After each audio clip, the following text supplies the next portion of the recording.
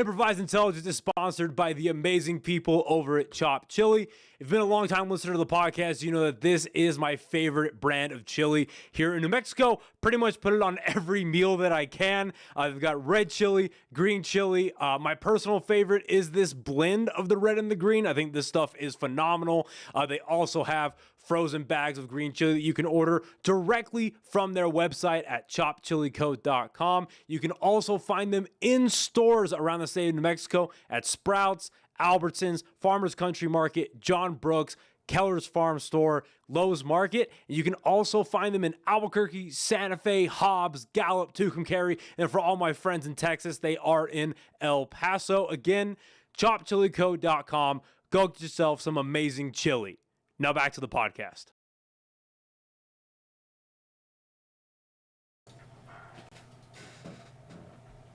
Yeah, so press the eyeball on the, yep. Perfect. All right. What's up, everybody? Welcome back to the live version of Improvised Intelligence. I'm your host, Noah Vargas, and today we have a couple special guests in the studio today. I'm very excited. Two of my good friends, but the man of the hour, Anthony A. What's up, buddy? What's up, dog? What's up, yo? What's up? We are here. Shout out to the pod. We're live. We're doing it live. Dude, it is great to see you. We got AJ. He's off camera, but you can hear him. You can hear him here. AJ, how you doing, buddy? How you feeling? I'm feeling good, dude. Fucking took my girlfriend to get some coffee this morning. Killed casadas last night. And that's why he was late, ladies and gentlemen, because he took his girlfriend to get coffee. You know, I mean, I love us too, but we're not putting out. Yeah, you know, this is true. You know, hey, you got to go home, dog. Make the wife happy. Yep, it's very true. There it is, dude. Wise man is AJ. Killed casadas, though. Huh? That shit was crazy. Hell yeah. Yeah. You know what's even crazier is if you're talking to the microphone. I'll turn him up a little bit. I'll turn him up a little bit. So it's a weird thing. Lean into that hoe. Lean into that, dude. Just, my belly blocks me from getting. If you want to put it over there, that's hot. That's hot. There it is, dude. Oh yeah, let's get nasty. Yeah, because those mics are weird. Because for whatever reason, there he is. There we go. What's up, Papa Bear? Watch the light. Watch the light. Yeah.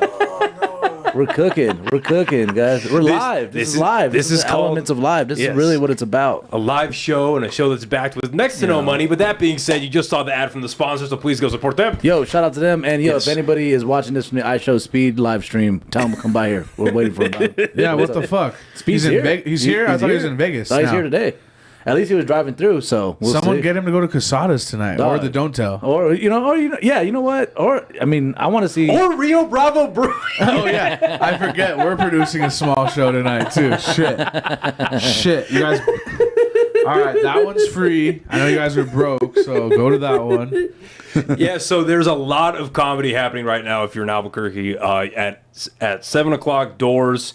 8 o'clock showtime, you go to Rio Bravo Brewing. I'm hosting that show. Got honestly a great fucking lineup of people. I know a lot of people say that, and the lineups are bullshit. This lineup is not bullshit. It's fucking awesome. If you don't want to go to that one, you can go to the Don't Tell at their website, Don't Tell Albuquerque. They still have some tickets left, right? I believe so. Got a couple tickets. We can't give away where it's at, but we can say that the man in front of me is headlining. Yeah. And I've seen the lineup. It's gonna be fucking great. It's gonna be fun. It's gonna be a fun time. You know, they might end up with a fight in the parking lot at that one. That's all my South Valley brethren coming out. So it's gonna be lit. But yeah, dog, thank y'all for having me. I'm curious though. AJ, where'd y'all go get coffee this morning? Einstein's, dude. Einstein's is fire. Yeah. She likes that Texas brisket bagel sandwich. Oh, you know. All right. Okay. Guess how much 2 bagel sandwiches and 2 drinks cost? $25. No. $32. Fuck you. See, so real shit. So I, 3 months ago, I made the decision. I was like, I'm stopping energy drinks because the money is crazy. But I was drinking 1 to 2 energy drinks a day. Brother, I am officially, man, I quit energy drinks June 2024. Good for you. And I've been clean off them since then. That was bad, but I was down. I was an addict. I was So my whole thing is if you are drinking something, you're ingesting something, and you can't pronounce half of the ingredients, you're fucked. You're fucked. You know what I mean? I wish that was enough to stop me, bro. I've never been a energy drink guy. So for real? Oh, yeah. Dude, I was I remember I was raised on Red Bull.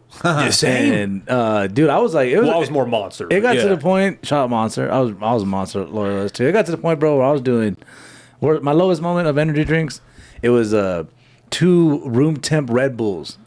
2, dog, 12-ounce joints, room temp, bro. Well, how early are you doing shows on the radio? Like on the earliest ones, you're up, right? Well, usually Monday through Friday, I'm up by like 4 a.m. Okay, so there you go. You have an excuse. First of all, here's what didn't have an excuse: my heart. Yeah. Okay, so my worst. Your Mexican heart, dude. Dude, It's already corroded with beans and fucking lard and shit, dude. You can't have the fucking caffeine. Dog, that ass. I had started having heart palpitations. Oh yeah. And then I went and got checked out and everything, and then the doctor was kind of annoyed with me, and he was just like, I went all the way and got like exams and everything, and the doctor's like, no, just stop drinking the energy drinks. Your heart's fine. Right. I was like, I was googling the word symptoms and shit. It was 2021. I got this bullshit job, absolute bullshit job. They told me it was going to be a marketing job, but in reality, what it was an MLM. We were standing out in the front of like a Walgreens. Or MLM is multi-level marketing, right? And we're taking donations for this like charity or whatever. But when you did the math, barely even a third of the money was the charity. Anyway, my point is during this job, because I was doing this and I was bodybuilding at the time, so it got to the point where I was drinking 2 Bang energy drinks a day, and then a pre-workout. And one night, you're gonna fucking croak. Yeah, one night, this is like 10:30, 11 at night. I down my pre-workout. I go to the gym, and I'm killing it. Not gonna lie, I'm killing it. I'm not even on steroids at this point yet. I'm killing it, and all of a sudden, my heart, the irregular palpitations, and then eventually, what I would find out is there's a medical term for what I experienced. It's called the sense of impending doom. Yep. And I just had this weird like what? The sense of impending doom. It's where you think that something's gonna go wrong, like, and you're and you're pretty much gonna die. Like at any point. Term? It's a medical term. Yeah. It happens. So it's like an ego death on mushrooms and shit. So I start freaking the fuck out, and I like sprint out of the gym. I go home, I'm trying to take a shower, get rid of whatever. It finally goes away after like 40 minutes. And I just pass out in my bed. And I wish I could tell you that was enough for me to stop energy drinks. I only scaled them back a little bit. But what made me think about this was I was like, all right, I need to switch to coffee. I love Einstein's. Start going to Einstein's.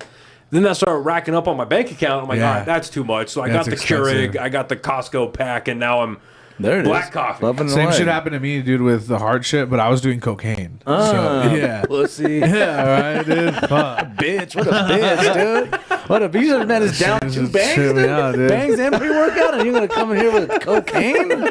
Damn, fool. Let me know when you do some real shit. That's crazy. Light work, dog. Light work. Damn, dude. 2 bangs and then a pre-workout? Yeah, so I was the closest I got. And steroids, right? Eventually, I started taking tests, but it was more of a TRT, like therapeutic dosages. I never blasted or anything like that. Say. You know what? Like, they say, like, you need the heart of a lion. Yeah. I just want the heart of Noah. Because goddamn, you don't want this, dude. You don't want your heart pushed through all that. It kept going, dog. Yeah. And then it was funny because when I started having to actually get on TRT, I had like a bunch of MRIs, CAT scans, a bunch of EKGs done on me, and they were like, because like when you go to get that from an actual specialist, they have like a question they have to ask you, like, have you ever abused steroids? Do you abuse opiates? Because that'll tank your test levels. Like, what's your sleep like? What's your diet like? Whatever. And I had started this like when I was I was definitely in the best shape of my life, like phenomenal shape. And they're like, after all these tests, like, yeah, your heart's perfectly fine. And I had like detailed for them all the energy drinks I used to drink and all this shit. And like, yeah, we have no idea why you have low testosterone would be, but none of your valves are fucked up. Because the amount of shit that you're putting into your body, like all these chemicals, should be like, it's not rupturing the valves. It's like, how are they describing it? It basically like, they're finding now that a lot of the chemicals in the energy drinks hinder blood flow as it's coming out of the heart. Okay, yeah. And they're like, we don't know how your valves aren't fucked up, dude. But all right, let's put this fucking chemical in your body. Also, wait, so you got you got prescribed steroids? Yeah. So I got, because you can get testosterone. It's called testosterone replacement therapy, and you can get that like you can go to clinics and shit. Now a lot of the ones that I tried, because eventually I went through the VA. And they just straight up weren't giving me enough. Like, just based off my blood work, they were not giving me enough. And then I tried going to different clinics, and it was either I was priced out of it because it's stupid expensive because none of the insurance will ever take it. And then, so if I qualified for it, I was priced out of it because it was something like $500 to $800 a month. And then And then I was aged out of it to where I wasn't old enough to do it because they weren't taking patients that were under like 32 or 35. Got it. Because they don't want a bunch of 20-year-olds running in there. I have low testosterone because you can get like if you force yourself to get 3 nights in a row of just horrendous sleep, that'll just tank. You could be walking around at like 700 to 800 like test levels, like it's called nanograms per deciliter, but you be walking around at that. But if you get bad sleep 2 or 3 nights in a row, you'll drop to like 150, 200. No way. So that I have zero testosterone in my body. Probably. Yeah. Damn. Dude, because I don't sleep. Obviously, I have sleep apnea. So well, oh my god. So we go to Austin for a week, right? Yeah. Hold on, because I'm worried about you, bro. Before we get to the story. Yeah. Hold on, dog. You just dropped so much information on me. Yeah. But for real, where's this information of? Okay, like, yeah. Okay, so if you don't get 3 hours, so it's 3. I didn't know that because I was always under the like I was one of those. I came up in the rap era when like they bragged about team no sleep and like that's bad. Work. Yeah, that's horrible. It's horrible advice. Dude. That's cult. Horrible That's advice. cult shit, dude. Yeah, that was crazy, and it just was like work until you're burnt out, and that's just horrible. Don't do it. And so I didn't know that all it took was just 3 nights to really kind of fuck your shit up. Ali Wo, our girl Ali Wo in Austin said 1 night of bad sleep drops testosterone by 30%. Sorry to be that person. I used to work for a sleep doctor. She's very knowledgeable. That was my friend out in Austin. Thank you, Ali Wo, for being that person because that 30%. Yeah. Shout out to Ali Wo. I've never met her, but she's fucking funny, dude. No wonder my mustache looks like this, dude. I have no testosterone, bro. What the hell, dude?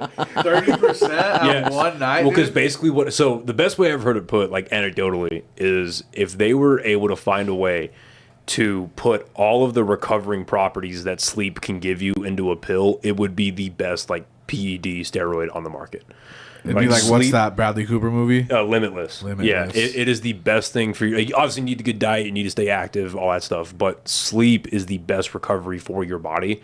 And so basically, what happens? And is it okay if I put chapstick on? Oh yeah, dude, get fucking sexual with it. Well, no, dude. hold on. This is like I can finally put this on the Patreon. Well, who talked about that Maverick on his Kill Tony Maverick? His Kill Tony thing. He was like, one of the things you shouldn't do in a room full of men is put on chapstick. Chapstick's a tricky thing, bro. We're having a high testosterone conversation right now. You're trying to get all fucking I just feel super chapped, trying to break me up right now, bro. I'm trying to break it up. I'm like, I want to see what your TTST levels are. So I try to tell this as many people as I can whenever it comes up. But so if you are above, because of everything that we're learning about our foods and just about like what's in the water and what's in the air and shit, if you're above the age of 21, get your fucking blood work done. Like if you have health insurance, you have the ability to do it. All you have to do is just go to your doctor and be like, hey.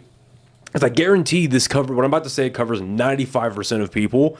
It's, hey, if you are tired throughout the day, if you have brain fog, if you are having problems in the bedroom, if you're having problem with facial hair, if you're having problem with hair growth in general, just tell that to your doctor, or you just request it, to be honest. Just pop us in. Yeah, well, you could do that too, yeah. But yeah, you just ask your doctor for a basic testosterone level check. And what they're going to check is they're going to check your testosterone levels, your free testosterone levels, and they're going to check your hematocrit.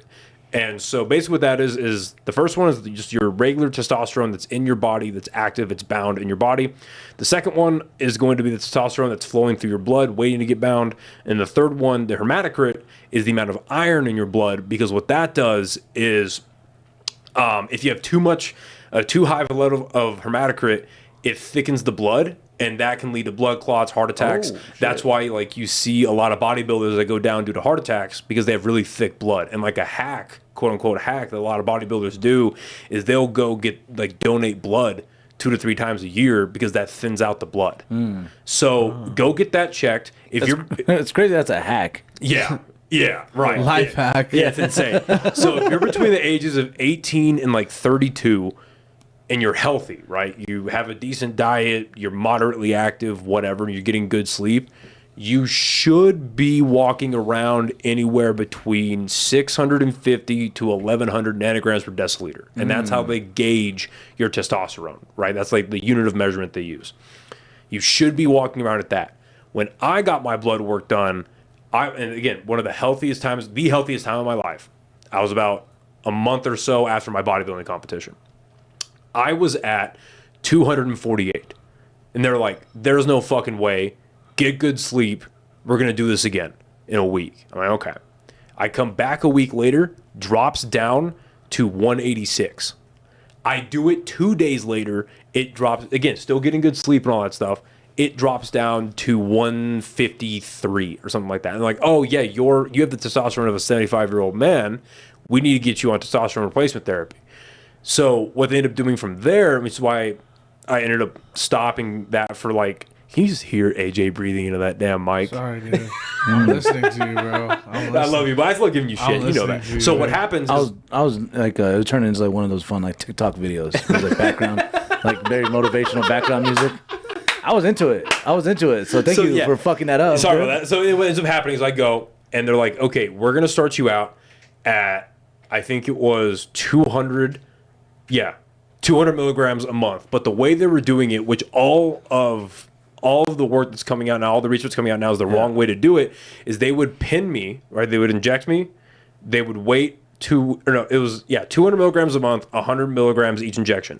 And they would pin me every 2 weeks. So basically what happens is when you inject testosterone in your body, with some steroids that you use, you can feel it almost instantly. But with testosterone, it takes usually 10 to 12 hours, and you feel that like jump, right? And then, but if you're doing it in an elongated period of time where you have 2 weeks before in between injections, it's like you're on a roller coaster. You're climbing. You hit that peak, and then as the days go on, you're just going down, and then you just like stay at the bottom. And so I'd be walking in there. I did that for about 2 months or so, and I would go in there for my second injection, just like fucking dying. Yeah. When you say you hit the bottom, you just mean like crashed out, a zombie, exhaustion mainly, right? Like with withdrawal, pretty much, right? Mm-hmm. And then so I was like, I need more testosterone now. They ended up boosting me up to their limit was 400 a month, so I was now doing 200.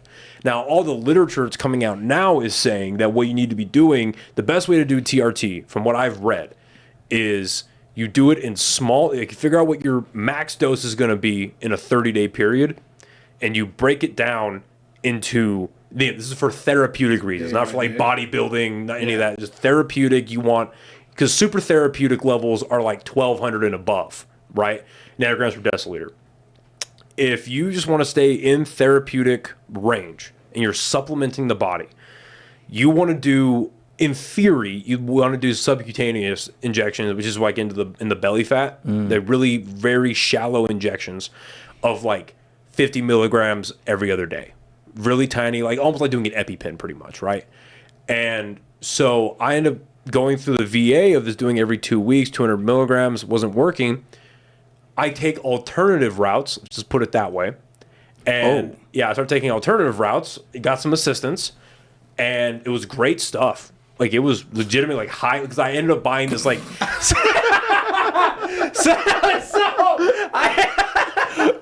stick with me. I know this is where the story goes off the rails. This happens every time. Stick with me. So what happens? I get my first vial, and I was like, okay, that's exactly how a person on steroids would react too. Stick with me.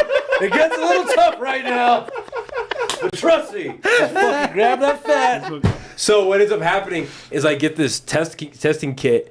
And the idea is you put a little drop in there, you let it sit for 15 minutes, and the darker the fluid, the more potent it is, right? The better stuff you have.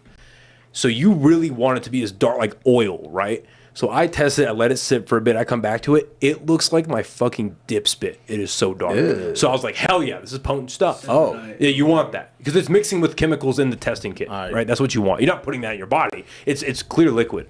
Anyway, so I start doing 100 milligrams a week. 100 milligrams a week, and I would pin 50 milligrams on like Mondays and Thursdays. Damn, are you still at this point? Are you still drinking hella energy drinks? No, too? I'm down. Oh no, now we're out of energy. No, I'm energy drinks once a day. Okay. So, and dude, it was funny because like I did that for about 2 or 3 months, and I felt fucking amazing. Now, like yes, like my strength went up a bit. It was funny though. The strongest I've ever been was when I was off steroids and I was deployed.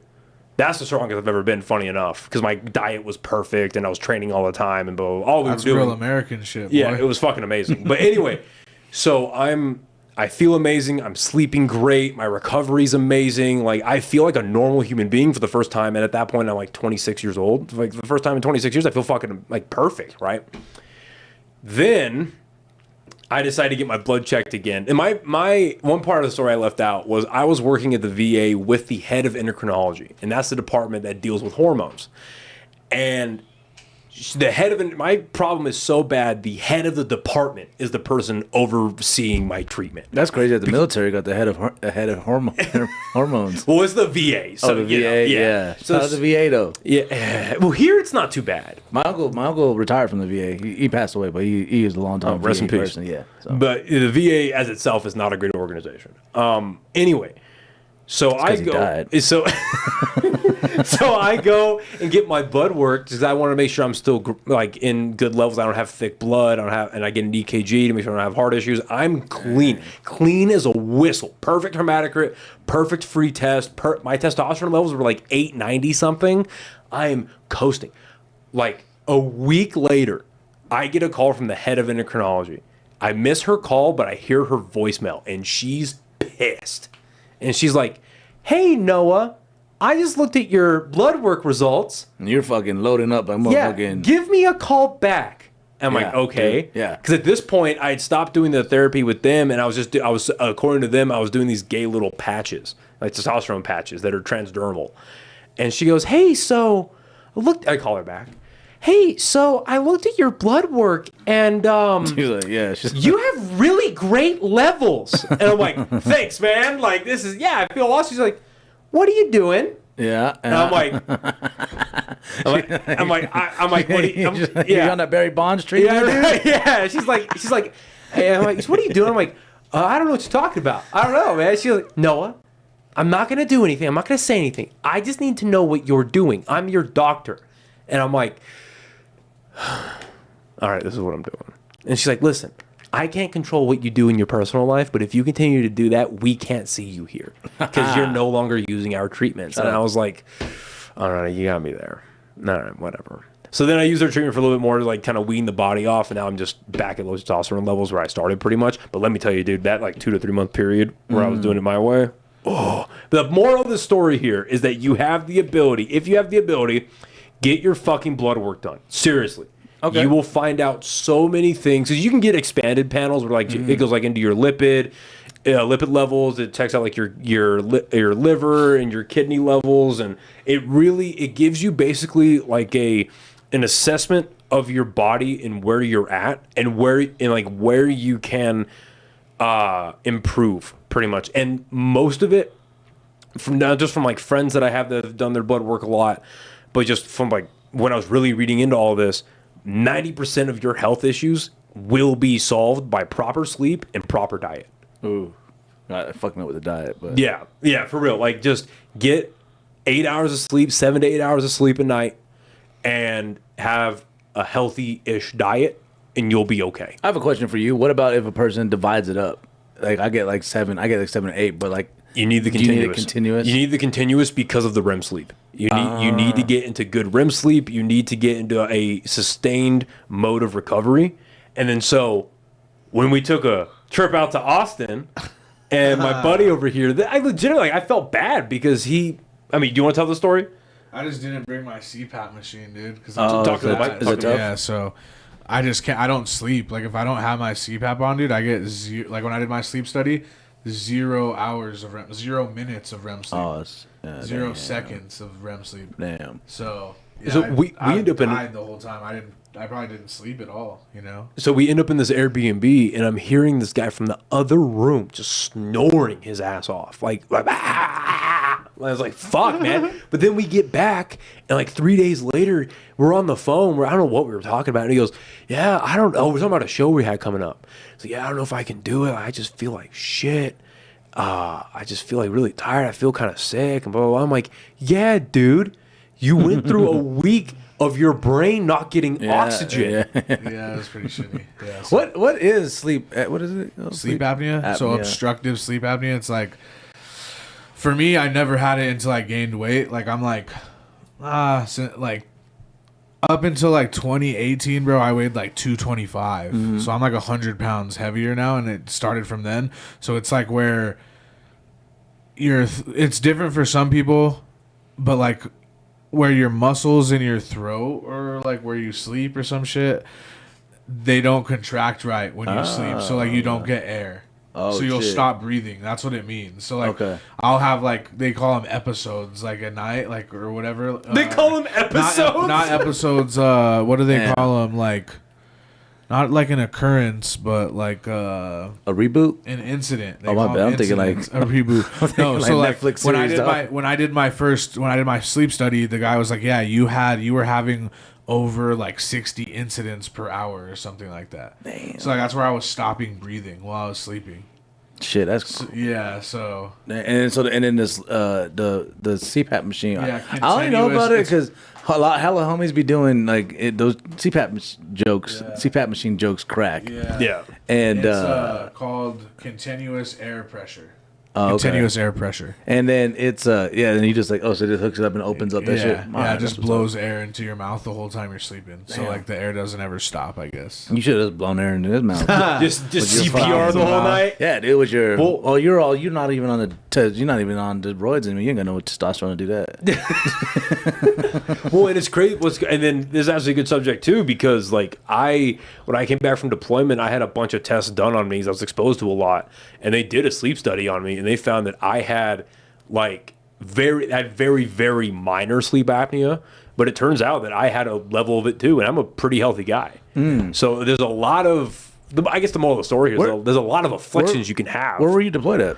I went to Africa. Oh, cool. Yeah, I went to Africa, and so. And to go off that too, like it's not like you don't have to be unhealthy to have, because like people can have like deviated septums, and that makes them have sleep apnea. Or like one of the things, dude, when I was like 17 or 18, bro, I got rocked by this fool at this party, bro. He had like lighters in his hand. Oh shit! Hit me in the nose hard as fuck, bro. Knocked me out, fool. My nose. Why are you beefing, dog? Why would anyone want to hit you? I don't know, dude. It was like I was like 17, dude. We were like fighting over beer pong or some shit. Stupid beer pong fight. And this fool fucking, elbows, bitch. Dude, this fool rocked me, bro. Like I was like, that was the only time my whole life where I was ever like, oh, I can't fucking, like, what the fuck just happened? Damn, you know what I mean? And so I never got my nose fixed. So like this side of my nostril, dude, I can't ever breathe out of, like ever, because it's all crushed in there. Damn. Did you guys win the game? No, we went outside and fought like we were fucking demons to the death for like 20 minutes, dude. Yeah, dude, we did not. Neither of us wanted to die. All kinds of rage, huh? Yeah, bro. Damn, bro. Shout out beer pong fights, dog. Those beer pong fights are crazy. For sure, dude. It was for sure in the South Valley somewhere too. Oh, dude, and well, I mean, a deviated symptom is all you left with, then you're in good situation. Okay, now I can hear it. That's better. The fuck, dude? How you been? Good, dude. Better after hearing that story. Right? I'm more grateful that I get my sleep and I can breathe through both nostrils. For sure, so dude. We just scared him straight. Yeah, dude. This one doesn't work. This one doesn't work? Nah. I've been scared straight for a long time. That's why I breathe so loud into the mic, dude. Yeah, I've been scared straight. Man, I'm trying to think the first time I got scared straight. Man, damn, bro. Yeah, I got scared straight. Oof, shit. It had to have been here, right, in Albuquerque. Albuquerque for sure. But like I always had an older brother, so I always had like protection. But damn, a story like that. One time we were in the valley. It was in high school after school, and it was a water balloon fight. Okay. And no, take it back. It was a snowball fight. Oh. So snowballs start flying, boom, boom, boom. Next thing you know, snowballs, a rock starts flying, boom, boom, boom. One homie gets hit. Next thing I know, they're straight squabbling up over snowballs. And like, it was a good ass fight, and I was like, "Yo, motherfuckers is wild here." So yeah, that probably was one of the ones that scared me straight. But nah, dog, I ain't never. My family, they call me like, my family's full of and my homies are full of like swing first, ask question second. Yeah, for sure. And then I was always a talkative one out of the bunch. Yeah, nobody called me to fight anything. They called me mediate. I think my like moment in Albuquerque when you knew not to fuck around. My parents, I got in trouble for, I think in 8th grade, whatever. I threw a fucking line of firecrackers in the hallway during passing period. they've locked down the school because they think it's gunshots. Oh, idiot. So I get expelled for the rest of the thing. So they send me to like some alternative school. My parents are like, dude, you're fucking Special up. ed. They're like, we're not taking you to this school all the way off of Coors and what was it, like Iliff over there by West Mesa. So they're sending me on the public bus, city bus. Yeah, that's gonna get you dude, right. Second day, I get robbed, dude. Some cholo fool takes my wallet, dude. It has like $6 in it to get back and forth from school. Fool takes my whole thing, and I was like, yeah, I don't ever want to get in trouble again. Dude. Damn, bro. I rode the red line for a long time, dog. Red line will get you right. Sure, the red line was one thing, but that Route 66 one, the one that stops at everyone, that's where it's at, bro. That one got goalie, dude. That's half the reason I dropped out of UNM was like when I came back from basic training, I was like, all right, I'm gonna try school again. I was like, man, we get free bus passes. I'm not trying to drive and like pay for parking and all this crazy shit. I'm gonna ride the bus. I did that for about a month and a half. I was like, you know what? No. This is insane. I just had my book bag. Like, this is insane. I did fuck with the bus because when I was on the bus, I would use that time to like kind of. It's like you're not driving, so I do appreciate that. Where like it was my time to sit, think about shit, come up with ideas too. So I shout out to the bus on that one too. Yeah, definitely. That's when I was trying to rap, so I felt like Eminem in 8 Miles. Fucking writing shit down, dude. I'm on the bus, headphones on, bro. Getting robbed. Yeah, for sure. Fuck the free world. We used to, like, way back in the day, we had a bunch of CPAP raps are crazy, dog. Fucking NyQuil bars and shit. We used to party at the I don't know what they're called now, but we used to party at the cottages, the UNM cottages. Dude, crazy. And and like, do you ever go to the cottages? I never went to the cottages, but I mean, it's right in like the Kirtland district of like, you know. Yeah, that was 2015. Yeah, it was 2015. Yeah, basically what this was, for people that don't know, basically what this was, it was a gated, quote unquote, gated off community where it was just a bunch of townhomes that were filled with college kids. Well, at first when they opened, sorry to interrupt you, you had to go to UNM to live there. Right, yeah. For sure. And the only line of defense was some local security company. That was it. And I remember talking about like the quote unquote scared straight moments. This is one that immediately comes to mind. We were at a house, probably about 100 people in there, packed, tiny little place. And, you know, like the kitchen is right next to the living room, but it's so loud, you don't know what's going on. You only know the first like 5 people in front of you. And we just hear commotion about 20 feet next to us. And we don't know how the fight or an argument started. But I just see these two guys, like this like pit opens up. It was like a concert. These people kind of like move apart. These guys start going at it, and this guy just slips a punch, hits him, just immediately turned his light switch off. This guy falls, hits his head on the TV stand, and just lays down and immediately starts snoring. And I'm like, oh, okay. We're leaving.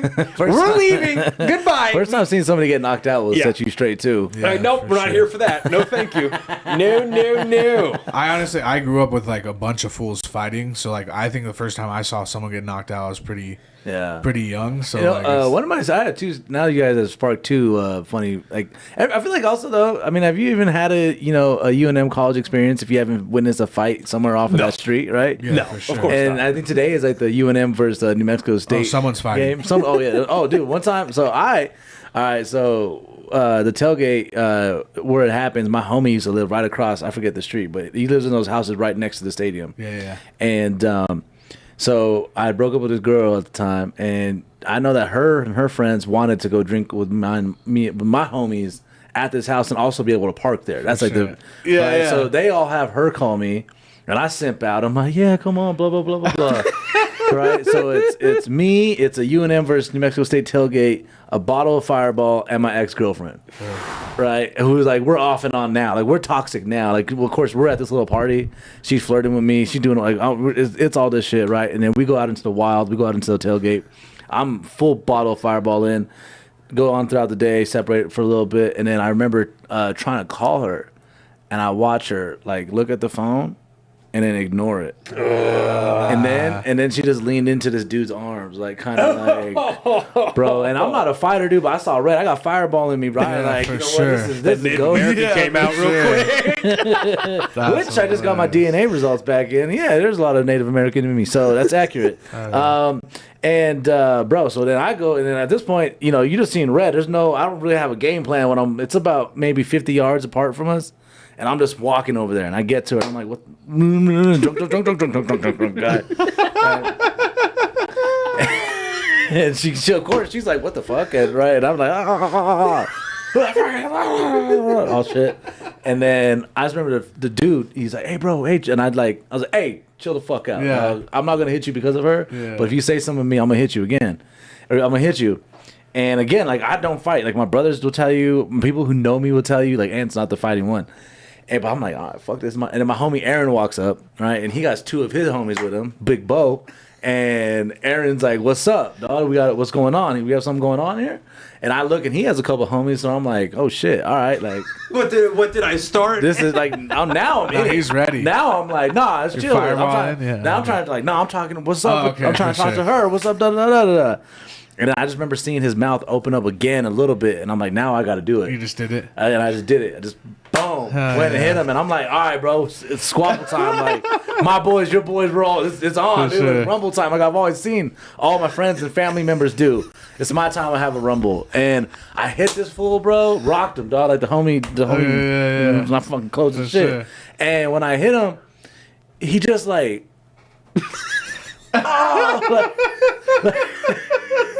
Was he white? No, beautiful, bro. But he just kind of like, and then he just like, what's your problem? And then like the whole crowd turned on me, dude. Everybody, what the fuck, dude? Who invited this guy? Boo! Oh, everybody, bro. And then I just heard my fucking homie Aaron goes, bro, get out of here. The cops are coming. I'm like, fuck, Aaron, anyway, fuck you, Aaron. And then I'm running back, and I was coaching JV football at the time. And I'm running, bro. And I'm running like I just did some criminal shit. I don't know. I'm all fireball. Yeah. And we had a foreign exchange kid. His name was Voigt. He was from Germany. He played on the football team. I just remember he watched up to me, Coach Anthony. That's an impersonation of him. All right, that wasn't a German impersonation. That was Coach Anthony. And I was like, not right now, Voigt. I gotta go. And I just kept running, and that's how I realized when I got back, I was like, you know what? I shouldn't be coaching JV football. I shouldn't be guiding youth. It's hilarious too, because like at the time when the UNM when the tailgates were popping like that. Oh yeah, I was 15 playing JV, going to them, seeing all those people, bro. And it's crazy because you see all the cops walking around, and we're shit faced just playing beer. Bro, I'm 14 years old, dude. What are you guys doing letting me do this? You know what I mean, bro? That's crazy. Yeah. Those are some times. Those are some times, bro. Shout out to I was part of the generation of tailgaters that did United We Rage. And then the homie Panda. Nobody united behind you, dude. Yeah, see, nobody. They left you hanging. They're like, fuck this guy. We're trying to have a good time. He drank all the Fireball. And now he's fighting a guy over a girl that's not his. Hey, yeah, dude. It's like that one. Have you guys seen that video on Twitter where he's like, "What the fuck you talking to my girl, dog?" He's like, "She's not even your girl, dog." Dude, you know what? At that point, I think my testosterone levels were up and good. I was like, that's how. I'm so happy I met you now, bro. But I wish I'd met you sooner, because that's how I was testing out my testosterone levels then, bro. That shit. Fuck that, dog. That's crazy though. When you say the United We Rage, I was 15 going to that shit. Fucking Panda. Then he brought Carnage to that one. Yeah, that was crazy. And it's so cool now, because now him and Carnage, like, they basically, like, Panda now runs like Carnage's record label thing. Yeah. Fucking so Carnage is best friends with Drake. Yeah, fill me in. Who are these people? DJs. Okay. DJs. Yeah, so DJ producers. Carnage. But Panda, he's from Albuquerque. Yeah. Oh, he's from here. And then he and that whole crew, the United We Rage guys, and then, man, I forget my friend Salem's. They had another little marketing agency that kind of ran it, and they're doing some cool shit now, too. But they're the ones who started doing those tailgates, and we started doing it like at that level. Oh, shit. And then, yeah, it was fun. I would host a couple of them, and then Panda would DJ, and then we would have some other house DJs. But now Panda's like crushing it in like the EDM dance world. With like he works with A-Craze, another dope DJ. And then, but at the time, Carnage, it goes by Gordo now. He was big, but he wasn't that big. Yeah, he had what, like Fight Night or whatever the song. Yeah, he had the song with them, yeah. and so it's cool to see Panda start from here, and then now that fool like lives penthouse shit in Miami and stuff. No shit. Yeah. That, I mean, people talk about how hard it is to get into stand up, but like stuff like DJing, trying to get into that world and make it big, and just music in general. I couldn't even imagine trying to climb that mountaintop. Like, where do you even start? And then from Albuquerque, it's hard to start, dude. Like, I mean, making music when I was a fucking kid, trying to do what I did for fucking 10 years, dude, that shit was hard. That's like one of the hardest. You do rapping? Yeah, rapping. Tried. I I think that I made decent music. It's pretty good, you know, but it's so hard to come out of Albuquerque. One of the way I got into stand up was when I first started getting the itch to try to make people laugh professionally. Lonely Island was like right off of their success. Fuck yeah. So I was like, fuck yeah, dude, we're gonna have a rap parody group. Like the Incredibad days or the Turtleneck and Chain? Turtleneck and Chain, Yeah. and then like a little bit after that, but Incredibad, like all that whole time. And I envisioned like, all right, I got two homies. My homie Marty, he DJs now. He goes by Gonzo Supreme. He's super dope. I know who that is. That's my dog. Yeah, I've seen the name. He's yeah. super dope. He had a recording studio at his house. One of the freshest, most. If you need like a hip hop historian, like encyclopedia, it's him. And then my other homie Austin, who like growing up in high school, Austin would always do like freestyle battles, and he was really dope. He would win all the time. He was sick. And so I'm like, all right, us three, we could do a rap parody group. I'll be the comic punch. We'll do it. And so we did the first couple studio sessions, and I just couldn't stay on beat for shit. I couldn't stay on beat at all. Like, they were just so frustrated. And then I just remember one day I show up and they had already recorded 2 songs. And I'm like, yo, what's up? Y'all didn't, nobody invited me. Like, nobody told me that we were starting a little earlier. And then that's when they're like, yeah, we don't think we're going to do that no more. We're going to take this seriously. So yeah, we're gonna, you maybe, and then that led me into doing acapella dick jokes. Yeah, there you go. Yeah. So that Shit. was pretty much that. Well, stand up seems to be treating you quite, dude. You've had #1 album year. on iTunes. You've had a crazy Headlining year. Casadas at the end of the year. Yes, sir. That's Dude, On my let's- birthday, buddy. I want to start with real quick. I want to start birthday. with the Gabriel Iglesias gig. Oh, yeah. because Okay. that was insane. That was crazy. Actually, no. Let's go back. Keenan Thompson. What about the #1 album? That was first. Yeah, that Yeah. was. Okay, let's start there. #1 album. #1 album was cool. And appreciate you for saying that. And happy birthday on the 26th. And see you there. And the #1 album was cool as fuck, bro. And I had been thinking about it for a while. I'm gonna put another EP out. I think I'm gonna put the set when I did with Gabe the first time up. But yeah, it's called The Rat's Tail. It's available on all digital streaming platforms, Apple Music, Spotify, whatever it is. You type in Rat's Tail, Tale. I literally had a rat tail for a few years.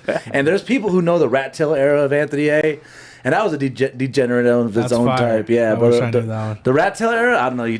Actually, I don't know, bro. Man, Rat Tail era, it was post Fireball era. Okay. But Rat Tail era, I was a dog, and god dang, and yeah. So I recorded it in Glendale, Arizona, and at Stir Crazy Comedy Club, and ended up producing it myself. The homie, I forget the homie's name who did the artwork from here, but it's inspired by the Billy the Kid Wanted poster. Yeah. And I kind of had an itch that I was like, all right, I think if I do this right, I could time it up right. The comedy iTunes charts don't really move too much.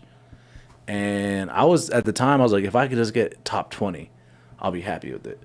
And I listened to a couple guys who I met on the radio side from like the record label, and this dude named Marty Schulman. He used to manage, I met him through Jack Harlow. I met him through some other guys. He's a legend in the industry.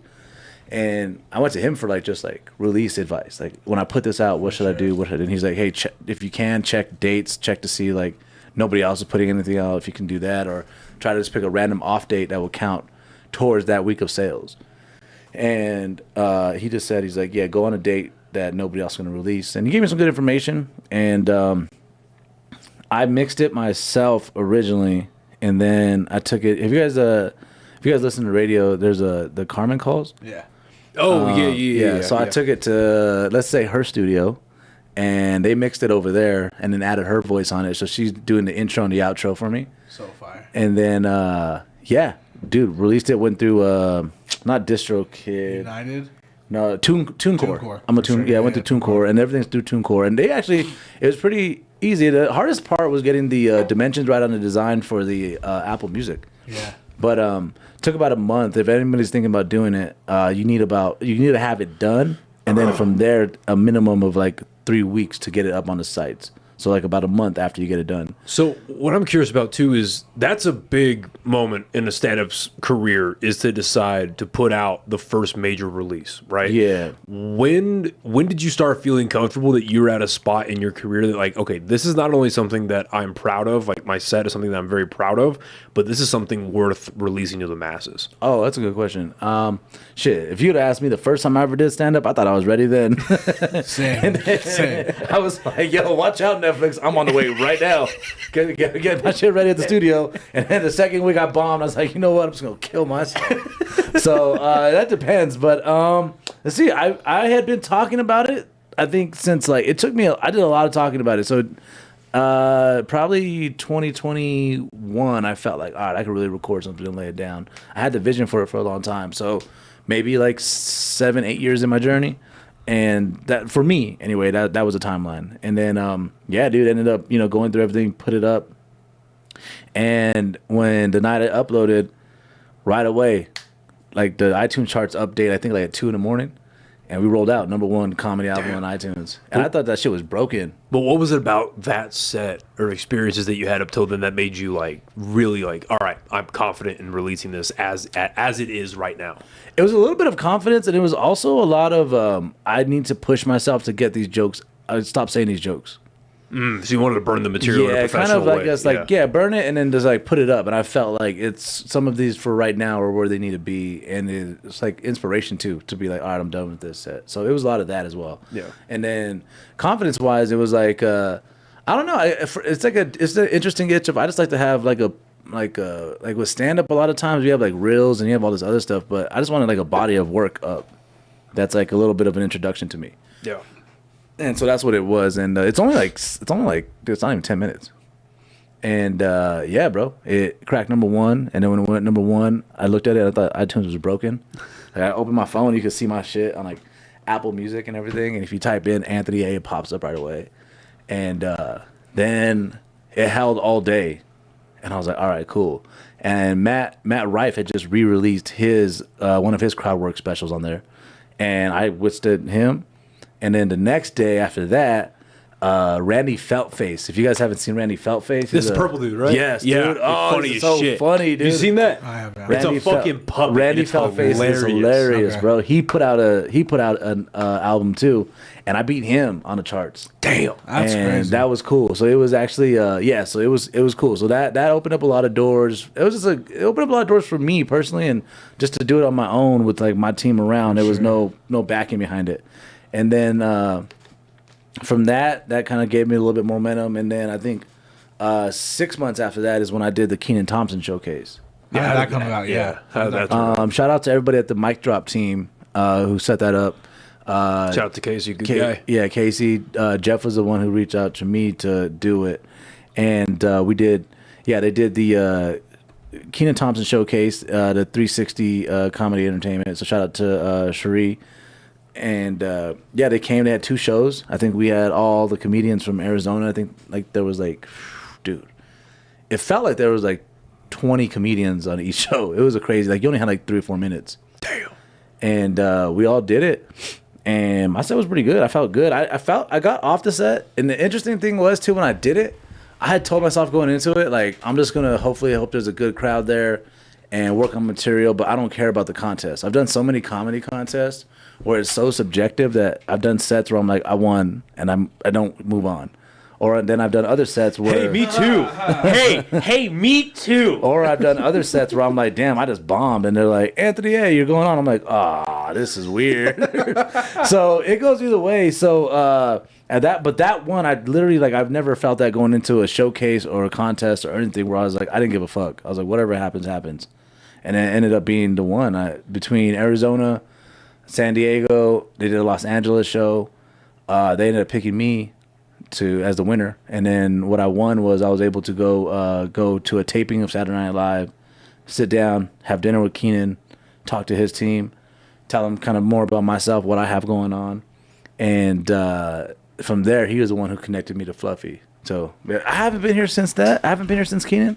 No, you have. I don't think we went into like super depth about it because when did Kenan Thompson happen? That happened in January 2024. Yeah, so we did a pod way after last year, but we didn't get into super depth into it. Bro, Saturday Night Live was wild. Yeah, I bet, dude. Dog, it's cool. Like it's jaw dropping. Like everything you see, and it's very historic. And then at the same time, from like the comedian's perspective, bro, like the people that were there, that like the long timers, like Keenan, Michael Che, Colin Jost, like the seasoned vets, they don't give a shit. They're like, "What's up? How are you doing?" But like the writers and like the other comedians who are like, "This is their first year." It ain't necessarily like the warmest, like, oh, sure, it's another comedian here coming to kick it. Yeah, like, nah, it's like, oh, what's up? Boom, like, not real. It's, you could feel like little tension.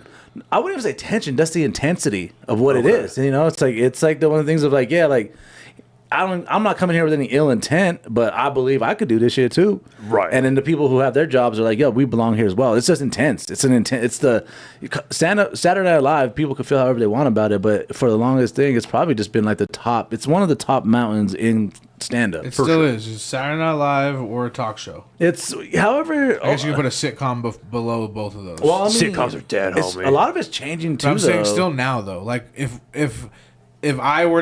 Anthony were to get, if you were to get a sitcom right now, we're better than anyone in Albuquerque. Sorry.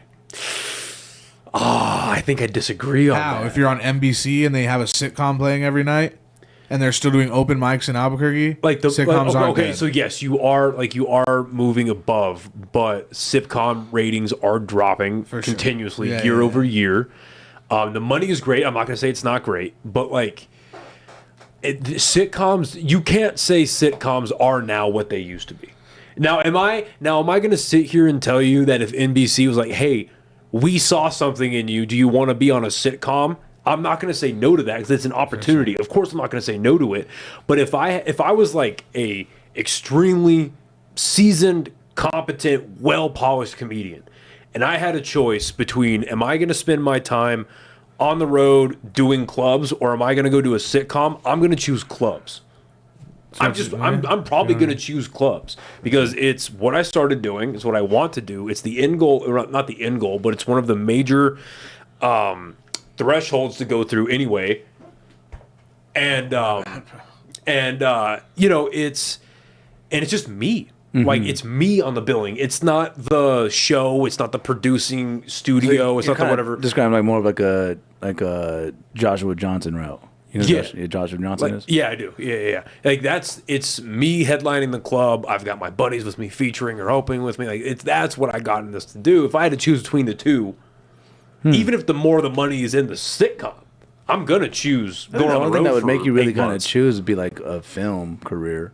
Like a movie career, because like, I think they go hand in hand, right? Like you need, it's a way, it's like an avenue for like an advertisement for your stand up, right? As well too, but also like those platforms. I think what we're getting at too is like those platforms are kind of just disappearing. Right? They are. Like, there's like Saturday Night Live is its own thing separately, but then now you have like maybe there's like Kill Tony, like the golden ticket on Kill Tony. That's still the golden ticket on Kill Tony still is probably one of the most powerful things in comedy I've seen. Yes. That could help people take that quantum leap. Cam Patterson, dude. Huh? Cam Patterson. Yeah, I'm thinking of SNL.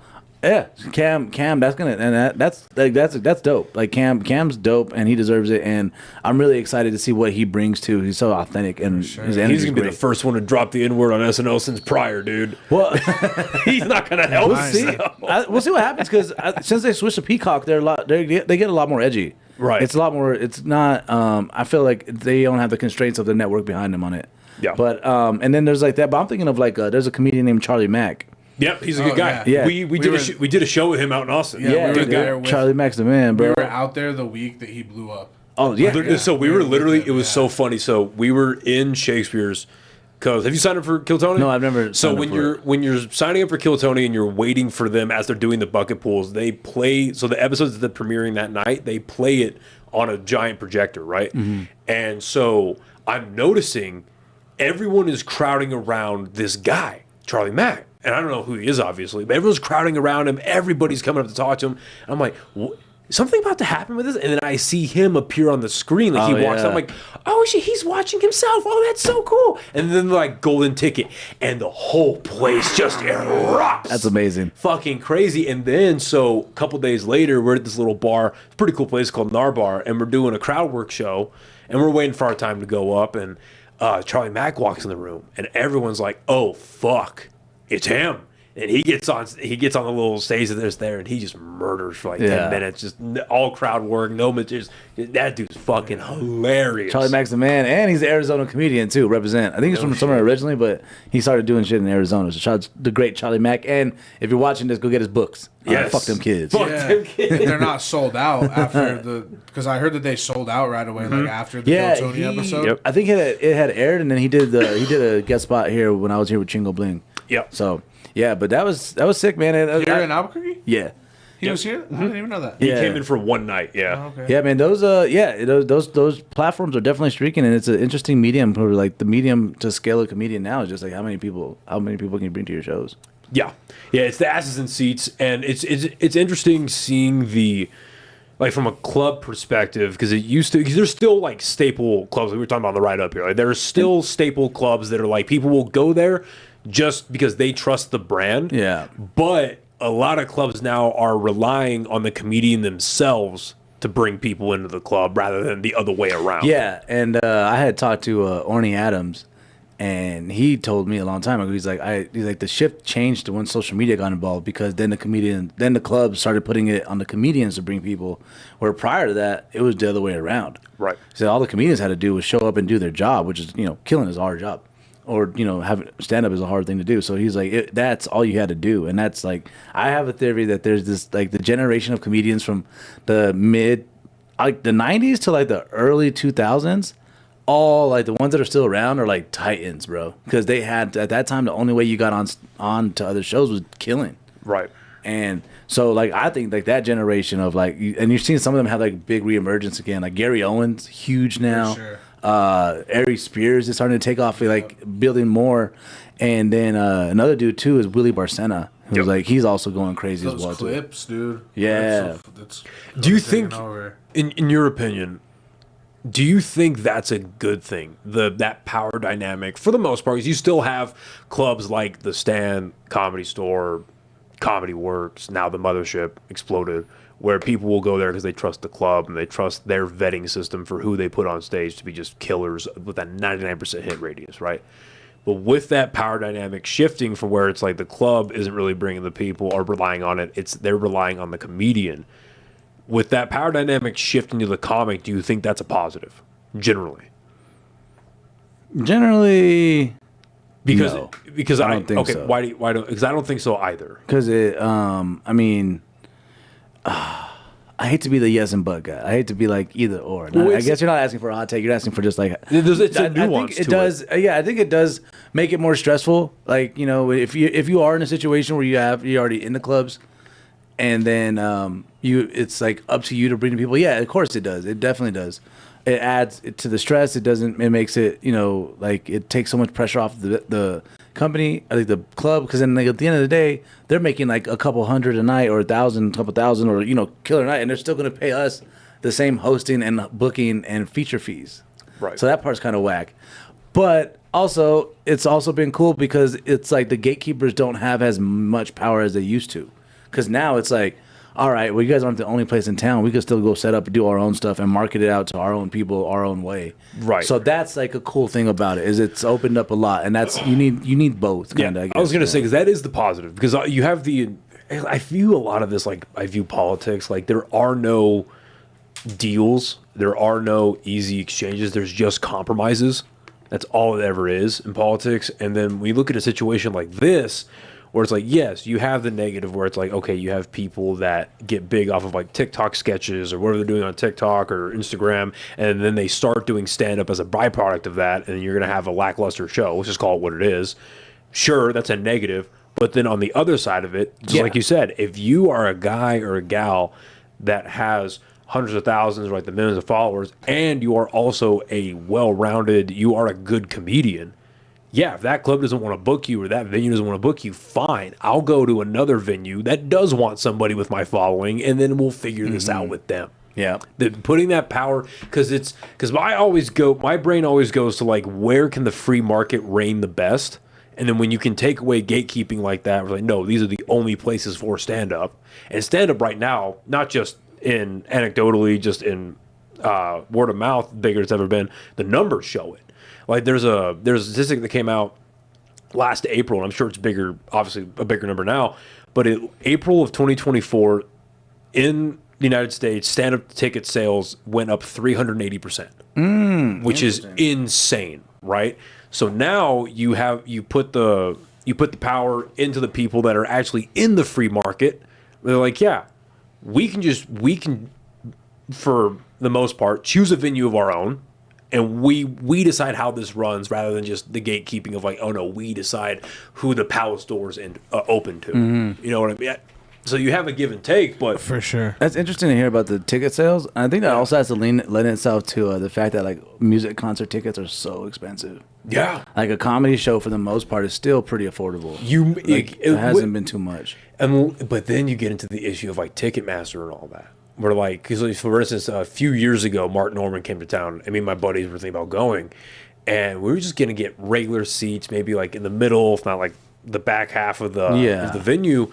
And they were like $65. Like, okay, that's not horrible. All right, 90 with fees. We'll do that. We pump in the fees $93. That's pretty wild. And it's like, okay, I don't know that I think Mark Norman's great, but I don't know that I want to drop close to $100 on a ticket alone. Yeah. But then if you look at the clubs, you're typically looking anywhere between $20 and $40 a ticket, which ain't bad. Now you're gonna have exceptions. You're gonna have like the DL Hughley's, where it's like if you want to sit front row with DL Hughley, it's gonna run you a little bit. But he's also one of the original kings of comedy. And when are you ever going to see that guy in a club setting? Yeah, I think like when you had like the conversation of Mark Norman and them, he is there's like I would say he's like in the 5% of comedy. Yeah, like right, of people making that much or doing that much. And also, did y'all hear what the Ticketmaster CEO said? Did you guys hear that? No, but I thought wasn't Biden or someone trying to pass a law where they weren't allowed to have fees? No, the long story short of that is they tried intervening, but lobbying happened and it got shot down. Ticketmaster said that he's like he was like making fun of people complaining about Beyonce tickets being so expensive. Because I guess like like Knicks tickets, like NBA basketball game like tickets are like floor seats are like 70,000 and shit. Yeah, it's insane. And he was like, yeah, but he's like, I can't believe people are still making gripe of having to pay $800 to see Beyonce.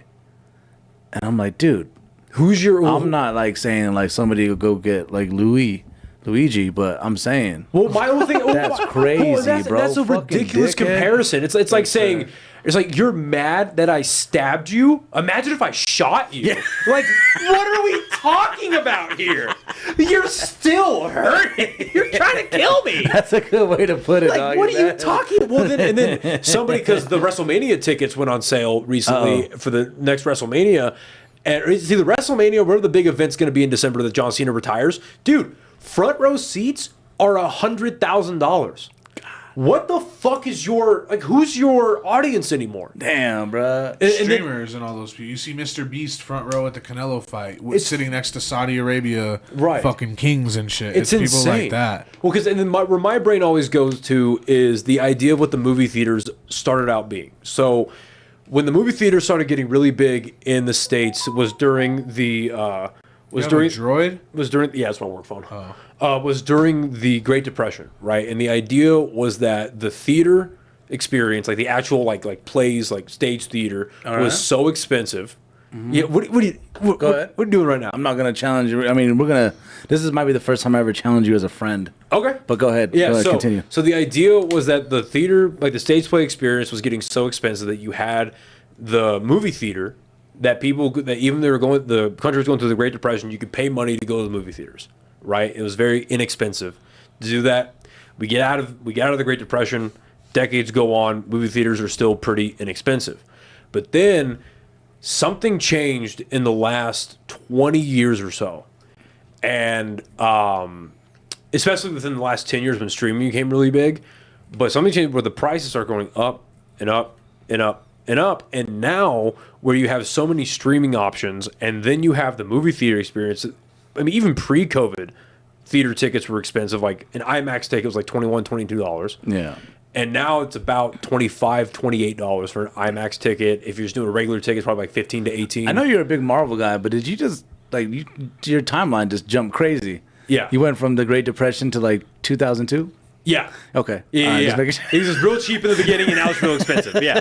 And I get that inflation happens and all that, but now, if you're looking, like, I think the average cost right now for a family of four to get, not it's wild, IMAX, bro. but just to go see a family of four to go see a movie is something to the tune of $120. But have you guys seen, Dad? Have you seen those like 4X? Like That's so stupid. Oh, you don't fuck with it? No, it's fun. It's fun. Dude, it's pretty It's cool, fun. bro. Why am I going to go to a movie theater and get water sprayed That's on me? only to in get- water movies, bitch. I watched when they first came out. It was called D-Box back in the day. Yeah, Before it was like yeah. 4D. And I watched Immortals, that movie, the crazy Fire ass movie fucking with Henry Cavill. Yes, Yeah. dude. And that was crazy. Seats moving, dude. Fuck Shaking, that. wind blowing on you, bro. Are you serious? I'm not trying to lose my popcorn because the theater seats are shaking. It's not that bad. I'm not Did you gonna, break theaters? Was it able to No, move dude. you? Carry on, Anthony. Good to see your testosterone's back. I'm about to spark this joint up in your house, dude. Can I? Also, No, I'm not. not I'm a not. joint, no. I'm not going to. I guess I'm not going to challenge you. But also, the loser, movie dude. theaters became more popular because of the because of air conditioning. Yes, that is Yeah, true. air conditioning played a big part because for a long time before there was residential air conditioning was so expensive that Right. the only place you could go get it was probably the movie theater. Right, you are correct So, about yeah, that. there's yes. one thing I know. It's a lot of air conditioning facts.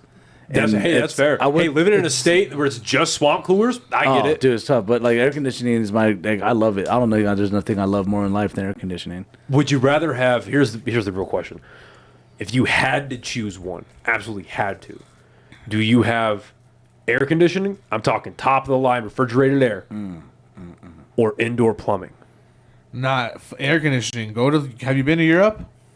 Yeah, no, but I haven't. It's horrible. It's fucking. No air I conditioning? thought I was gonna go have fun. No, if you're not You're skinny, sweating. Yeah, you just if sweating you're not all the time. like even Noah's gonna be fucked. You have too much hair in your asshole. I know for a fact. For you, look at your Pause. mustache, bro. You took testosterone. I know you have a hairy asshole. yeah, dude, that is a wild thing to say. You know for a fact of. Yeah, well, I mean, if we had to bet, That's a I'd better. win it. You should I'd have. win You it. should have said that one first. okay. But anyways, go to if Europe. I was a betting man. I bet you had It's hair in your so asshole. fucking hot, and they don't have fans. They don't have air conditioners, Ugh. and it's disgusting. And they're stinky, and they're sweaty, and they have hairy armpits, and I don't like it over there. That's that's AJ's beliefs on Europe. Yeah. I was like, what the?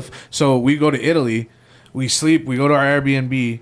First of all, we get there. Ubers and rideshare apps are illegal in Italy because of the union. They're for the taxis. They like the taxis to make movies. Shit. So Y'all you're- remember the early taxi versus Uber beefs? Yeah, for sure. At the beginning, Yeah, yeah. So dude. it's still going on in Europe like that right now. So we go out there. Taxis are on strike for a week. So there's no public transportation because you can't call Ubers or shit. Well, that's we're trying counterproductive. we're trying to figure out these fucking like public transportation apps. I don't speak Italian. I don't know what the fuck's going on. You know what I mean? So we have to walk to our Airbnb through the hills of Rome. It's so hot with our fucking bags and everything, dude. And then we get in there, and I'm thinking like, oh, this is nice. Like I'm paying a good amount for this Airbnb. We're in Rome. I think I'm gonna walk into air conditioning. Zero air conditioning. It's hotter inside than it was outside.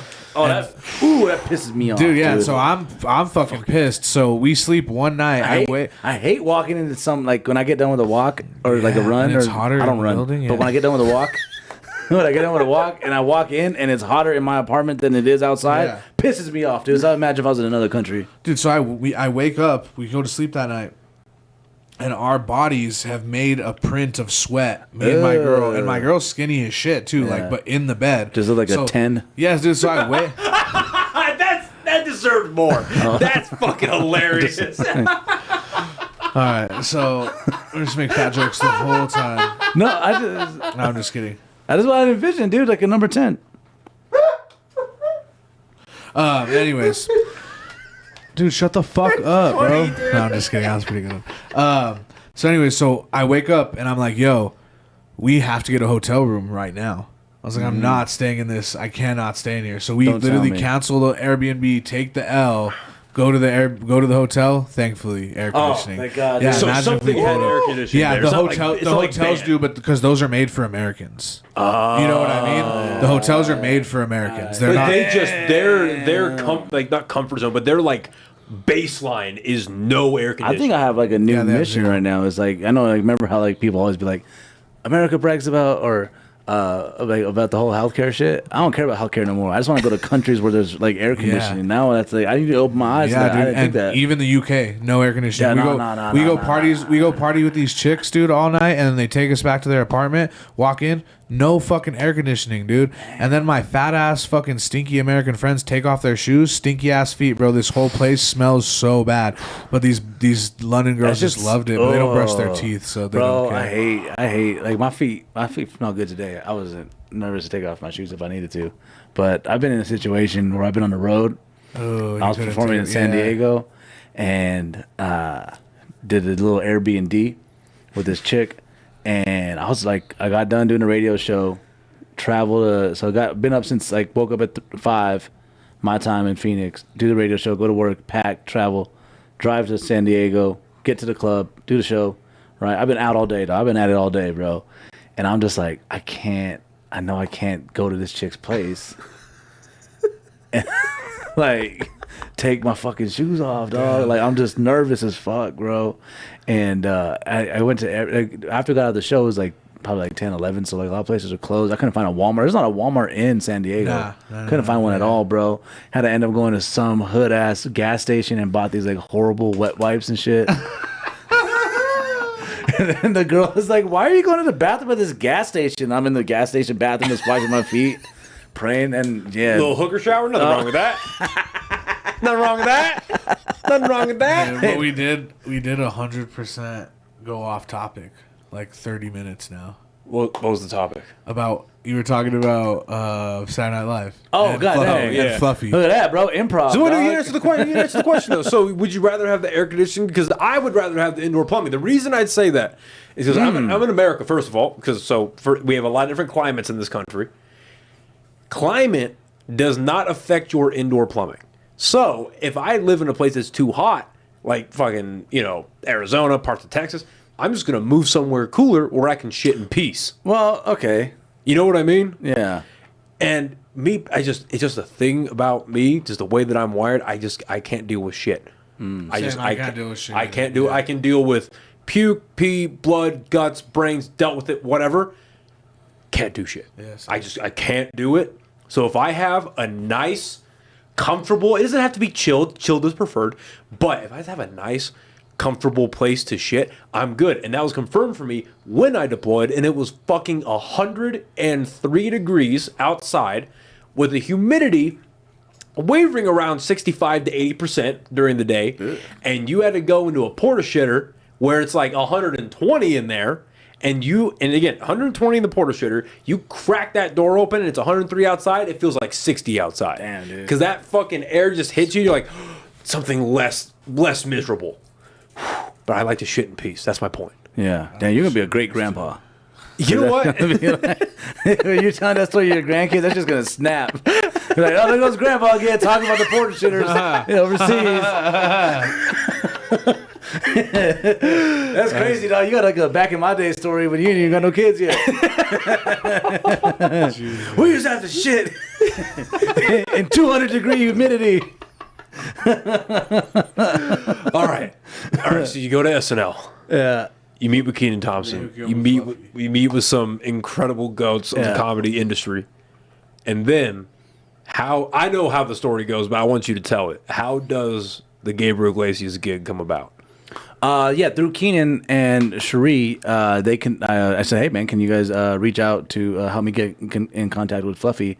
He's performing in my hometown in New Mexico, and that had always, prior to even meeting them, that had been a goal for me. And Fluffy, I seen him a game, like for me in regards to like inspiration, motivation. A game changing set for me is when I saw Fluffy live in El Paso, and up until then I had been to a lot of comedy shows. I had done it a few times. But I didn't know it could get taken to the level that I seen it with Fluffy, where he's doing like he did his set, and then people in the audience were like yelling out old jokes that they wanted to hear, And I was like, what? And because, comedy, you don't really repeat. Like, if you're like at that level, you're doing different headlining tours, you try not to repeat the same material. But they were yelling out for jokes, like, hey, we want to hear this, we want to hear that. And then when he would get to like his punchline, the whole fucking arena would like quote it. You could smell it. Yeah, like, it was, yeah, dude, yes, yeah. You could smell it. Like, and I had never seen anything like that. And I was so like, yo, we could go to that. So that was 2014. Jeez. And then, so it always kind of been a goal. So when I met Keenan, that was the only thing that like I could like, that I felt like comfortable asking about and asking for. And sure enough, there's like, yeah, dude, we'll vouch for anything you need on that. And when he said, I remember when me and Keenan were at dinner, I said, hey, bro, there's going to be a Mexican-American man in Arizona throwing your name around a lot. Just heads up. And he goes, do what you got to do. That's what it's for. And Keenan was so dope. And so he ended up, getting in contact with Fluffy and them. And then on the, the public side, I threw a post up and I asked people, like, yo, Fluffy's going to be here. I met him back in 2017 doing radio. It'd be cool to open and host for him. And then I put the slide of Keenan also like co-signing on me too. And when I threw that post up, oh my God, dude. I threw it up and then I went to go get a haircut. And I remember going into the barbershop and nobody liked it. Like it was a couple minutes that went by. Sure, and I didn't see one like, I didn't see one post, I didn't see one comment. I'm like, fuck, dude, it's gonna be so embarrassing, fool. So embarrassing. And then by the time I got out, it had picked up momentum. And then I went and did shot my homegirl Rose. If you guys are ever in Arizona, every last Thursday, she does a really cool show, Rose Verdugo. She does a show at Tap Room 1227, and I was doing her bar show. And I get done coming off, and I come off stage, and I fucking open my phone up, and there's a DM from Fluffy. And, he just is like, hey, he's like, we'll see you May 16th. And then he's like, my manager will be reaching out. And then, but at can we pause there for a second? So you see that DM, what immediately flows into your head? Oh, man, I kind of just like, I dropped my phone, and I was like, oh, shit, it's going down. And I was like, this is it. This is what I wanted. And it was joy. It was cool, man. It was a lot. Because the next day I was going to go meet Keenan at his festival in Vegas. And to be able to go back to Keenan and tell him that, like, you look, like, I connected with Gabe, it's happening, and it's moving. It was more, I guess I was really excited that I was going to be able to go back. Because I met Keenan originally in January. This was like April. And I was able to go back and talk to Keenan and say, hey, look, it all came to fruition, and I kind of really, they co-signed on it, but I was the driving force behind it. For sure. And so to be able to get it, I was like, I felt proud of it. I felt very proud. And then, but the post kept going and going and going, and people, I was like, yo, the support. I was like, guys, chill, you guys are bugging him. And then sure enough, Gabe wrote when he posted up on his story, he put, "Como chingas, Anthony?" And you guys speak Spanish, anybody? A little bit. That definitely does not mean I'm proud of you. I'll tell you that. Sure. No. So, yeah. And then, man, did I tell you about the show? No, you have not told me about the show yet. No. Dude, so it was the Santa Ana Star Center arena here in Albuquerque, New Mexico, Rio Rancho. If you're not familiar, it's like 8,000 people. And that was the first time I've ever done it. And leading into it, I was nervous because I had a gay Dallas Cowboy fans joke, and then I had seen an interview where Fluffy talks about, he's like, I don't ever do politics, sports, or religion. He's like, those are just two things that, like, no matter what you do, it divides the audience no matter what. And so I had that in my head. I was like, man, at the time it was one of my favorite jokes, and I was like, I know it's gonna snap, but I envisioned the worst. I was like, what if I say it and then the audience boos, and then I get off stage and he's like, what the fuck you doing? Like, I don't know. I had all this weird shit in my head. And I thought we were going to like do like a sound check and all this shit, or maybe he'd make me do my set before or something like that.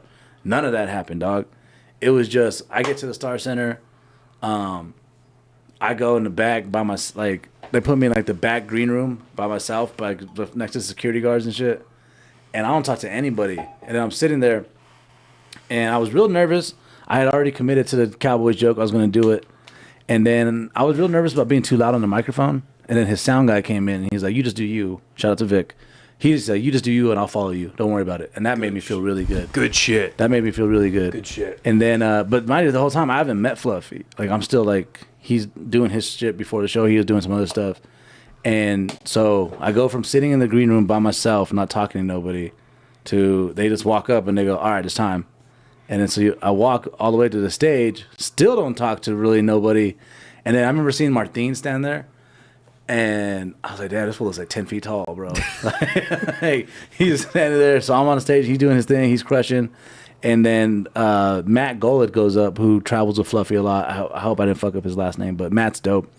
And mind you, I'm thinking about the Dallas Cowboy jokes. This fool goes up there and does just like 2 minutes cooking Dallas Cowboy fans. Just going in, dude. Cooking, dog. Cooking. Like, just going in. And that was like, I was like, oh, okay, fuck it. I have nothing to lose then. Like, I know my other material is going to work and it's going to be great. And so I went up there, did my thing, and it went good, bro. It was a really good set. There was a moment. I think that set is going to be the next EP.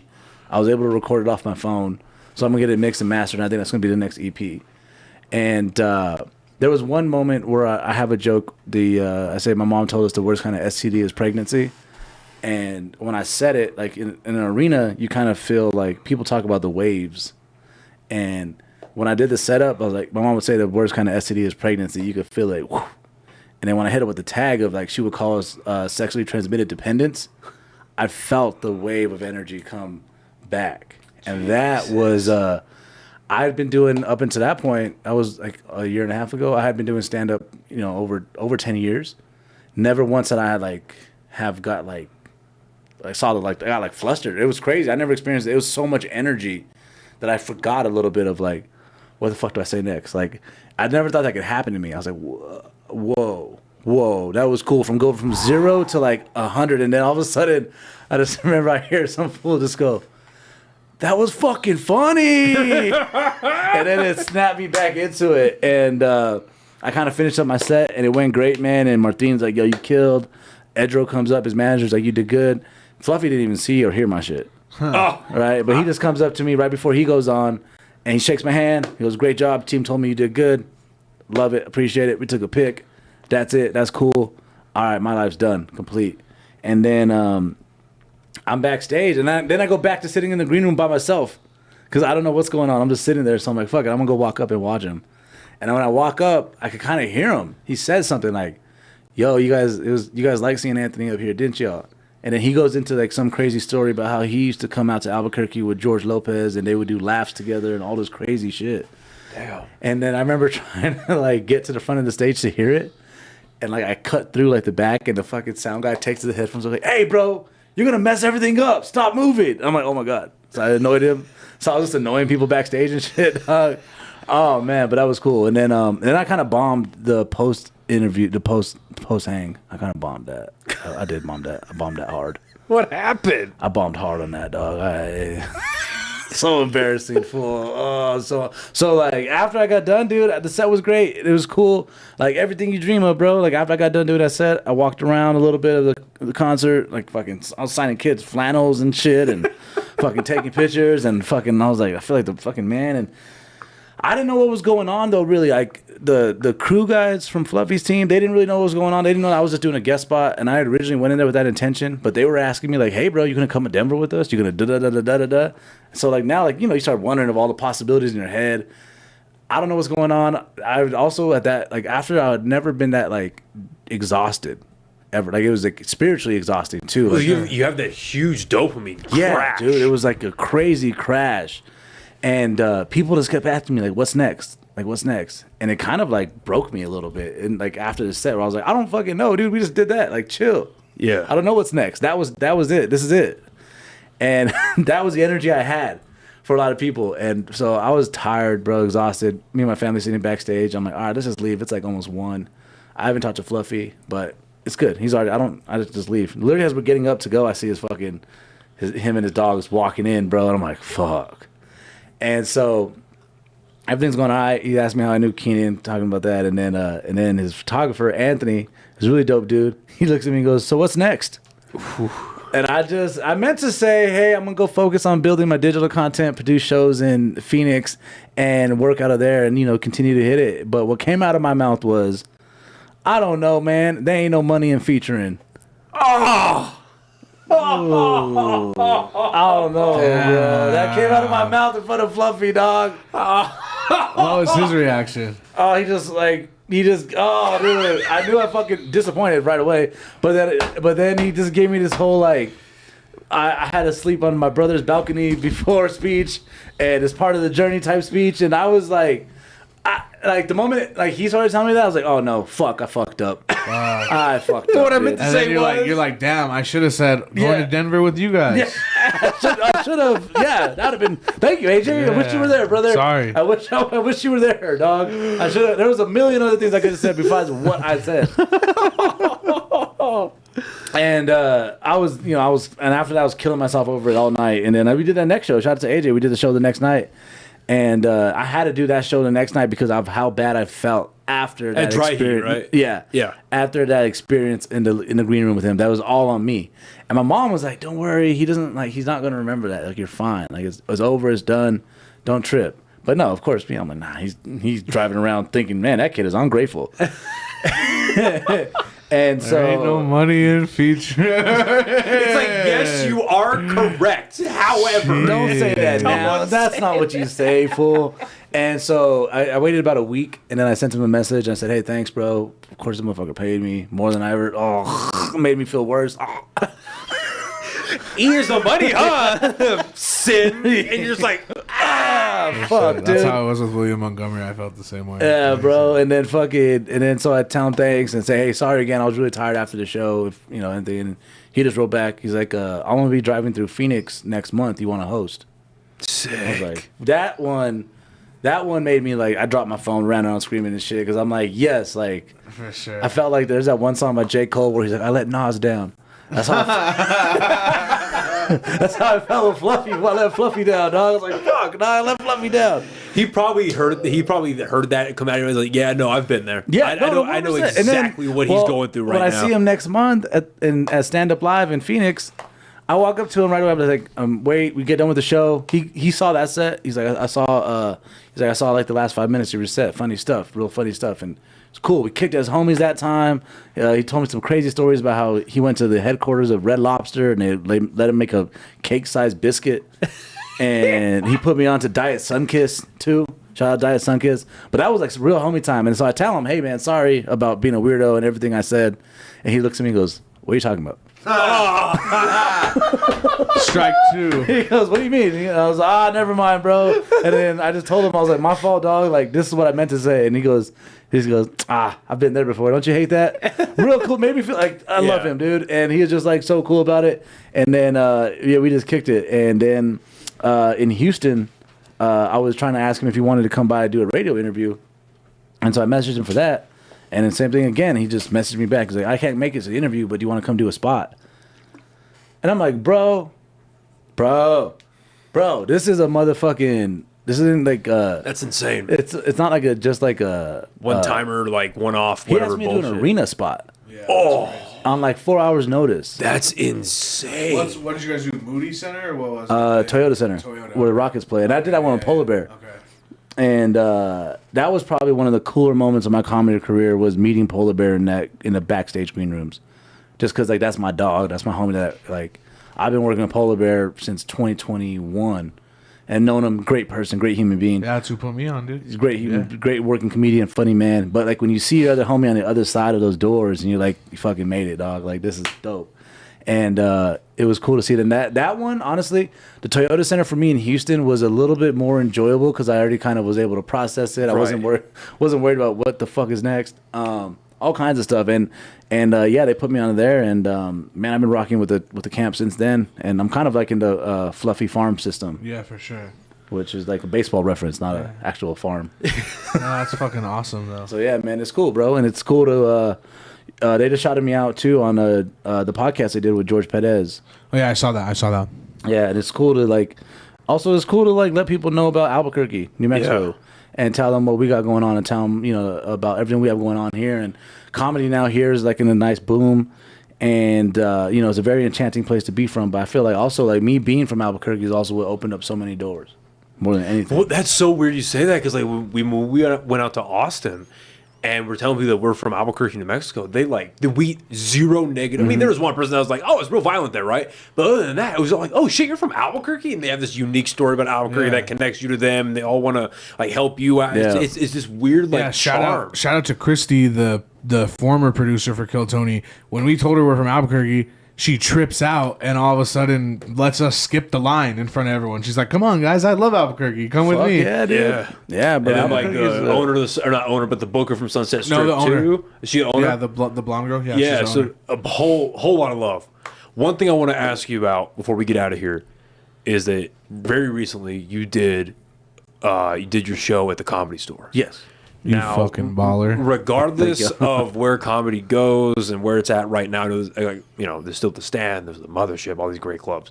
The Store is still this like this godlike, like Garden that's of Eden, dude. like that's Mecca, right? Like that's the place where like your favorite's favorite came out of, as where your favorite person came out of. That's the place. How did that show come about? How did it feel doing that? Did you do the belly room or the OR? I did the belly room. Belly room. How did all of that happen? How did it feel? Like, Man, a very talented man by the name of George Perez, bro, who's looking out for y'all. Like, get in contact with him too, bro. Looking out for any Latino comedians doing anything. He's just trying his best to try to get all the homies up. And George has been a regular there for a lot of years. First fucking Chicano on Joe Rogan Experience. Just the man, bro. George Perez, bro. He puts it on Funky Funny Fridays. Shout out to Stefan Oribo and everything. And yeah, bro. I worked with George through my boy DJ, who works with Willie Barcena. He set and connected me with George to work in Chandler. Ended up working with them one night. Then we ended up coming doing Casadas as well too. And then George, that's when George hit me up later on. He said, "Let me know what month works for you, and you can come out and do it." And yeah, bro. So I did the Comedy Store, and yeah, bro, it's everything you think it is. I remember I got the there's a very nice Best Western across the street from there, air conditioned up. For sure, that's all I need. And like Hollywood is still Hollywood, bro. When you get there, you see everything: the movie posters, the vibe, yeah. the energy. You know, everybody's doing something. It's Hollywood. You're on Sunset Strip, and I would sit out there and kind of just like, I didn't go. I got there Wednesday. And my friend Brian Moses, he does the shout out Roast Battle. Yeah, he does Roast Battle. Brian Moses is the shit. Brian Moses is the fucking man, dude. And I'd love to beat that guy someday. He's cool. Oh, dude, it would definitely make that happen. He's dope. He's my homie. And he invited me out to a late show Wednesday, but I was like, nah, I'm too tired. I ain't trying to go there and bomb. Like, That'll happen. Yeah, I didn't want to go there and bomb, so I was like, nah, I'm gonna wait. And then that was probably the best decision I did while I was there. But one thing that happened was I was sitting there the day of the show, having like a whole like 8 Mile moment, smoking a J, listening to fucking motivational rap music, trying to get my mind right, thinking about my journey, and I'm staring at the Comedy Store sign across the street, sitting there, and motherfucking, you guys know Jay and Silent Bob? Yeah. Dude, fucking Kevin Smith just walks. Is just walking his dog. Dude. Is just walking his dog, bro, Yeah. and walks by me. And I'm looking at the Comedy Store sign. I'm not looking at him. And so he walks into like my vision, and I'm like, what the This is some good weed. Maybe that's the story. Maybe that's what happens. If you smoke weed outside the Comedy Store, Kevin Smith appears, He's a dude. genie, dude. He's a Silent weed Bob genie. shows up. And so like $15, I little fucking, man. I love Jay and Silent Bob, bro. I love Kevin Smith as just a creative force that he is. Yeah. And this moment he walked by, I looked at him and I'm like,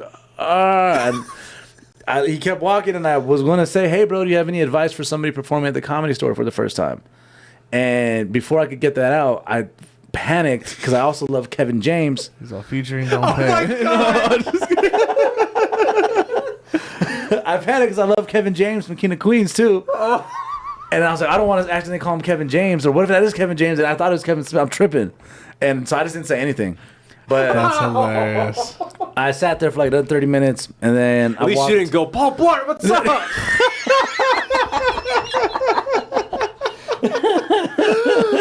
So yeah, bro. So yeah, that was that. And then the show night was cool. I ran into Mark Maron, but like he was leaving, and that's another crazy thing about it. That like if you guys, once you guys get up there, you guys like you'll see everybody and anybody, and that becomes a little overwhelming. We're seeing all these people and shit, and I remember seeing Mark Maron walking into his car, and I was about to be like, Albuquerque, what up? But it was in the dark. I didn't want to yell that shit.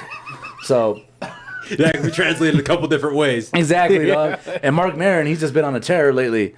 So, yeah, but so we ended up doing a show. So that went great, bro. I got invited back, and then I'm going to do the Laugh Factory in Hollywood with Mario Lopez in November. Are you serious? Dude, yeah. Thank you, brother. Yeah. And then you're going to ride that momentum and come fucking headline Casadas. That's going to be the mission. Yes. And then from there, from that out, I think after that, we're going to do refire everything up at the Tempe Improv, too. Let's do it. So Or not let's, but do it. I want to get out there. I want to do that Yeah, show, no, bro. definitely. I'd love to have. I've been telling Noah all day that I'm going to find out a way to bring back the Nothing But New Mexican series. If not at the Improv, one of the clubs in Arizona for sure. So yeah, bro. I just need to get out there in general. Just go make a trip and see. Yeah, dude. Fuck yeah, bro. Get out there, dog. Well, listen, man, this has been a hell of a conversation. You're the shit. Congratulations on all of your success and all the success you have coming. I mean, if anybody has earned it, it's you. Thank you, bro. I appreciate Like, whether motherfuckers in Mexico want to admit it or not, you're the guy we're looking up to, man. And you're doing us proud. Thank you're you, doing great stuff, dude. Appreciate it again. And you're a good guy. You're a good guy. It's cool to see good things happen to good people. Trying to just make my mom proud on that side of it, you know. It's good shit. No more deep conversations with Fluffy, but yeah, we good. Thank y'all too, man. Thank y'all for what y'all are doing. Go continue to support their show, and shout out Noah, shout out AJ, everything you guys doing, and I can't wait to share the stage with you guys again soon. And thank y'all for having me on, bro. Dude, Appreciate thank y'all. you for coming. sir. Where can everyone find you on social media? How can they contact and support you? At Anthony A Comedy, AnthonyAComedy.com, and if you have Apple Music, search Anthony A. EP coming out along the way too, probably next month. And shit, other than that, live and then on the Dana Cortez show as well too, syndicated across the country. So appreciate y'all. Sweet. And then, like I said at the beginning, a lot of great. Yeah, and go ahead. Facebook Yeah, go ahead. match too. You know what I'm saying? Listen. Hey, yo, Facebook match been popping back in New Mexico. You know what I'm saying? I think I'm hooking up with my homies' aunties. It is what it is. It is what it is. Hey, don't hate the game. Or don't hate the player, hate the game. And like I said at the beginning of the show, man, there are a lot of really great shows happening tonight. We got Casadas. AJ is going to be featuring 2 shows tonight with Chris Estrada, 7 to 9:30. We got the Don't Tell happening. Go to the Don't Tell websites. Look up Albuquerque. You see Anthony A. headlining that. If you want a free show, we're going to be at Rio Bravo tonight at 8. Please come support local comedy. Cool shit is happening in the city. Thank you for coming doing the podcast again, man. Appreciate you. AJ, thank you for stepping in and producing. Of course. Thank you, everyone, for listening and watching live. Subscribe, like, all that shit really does help. See you next time. Bye, everybody. Peace.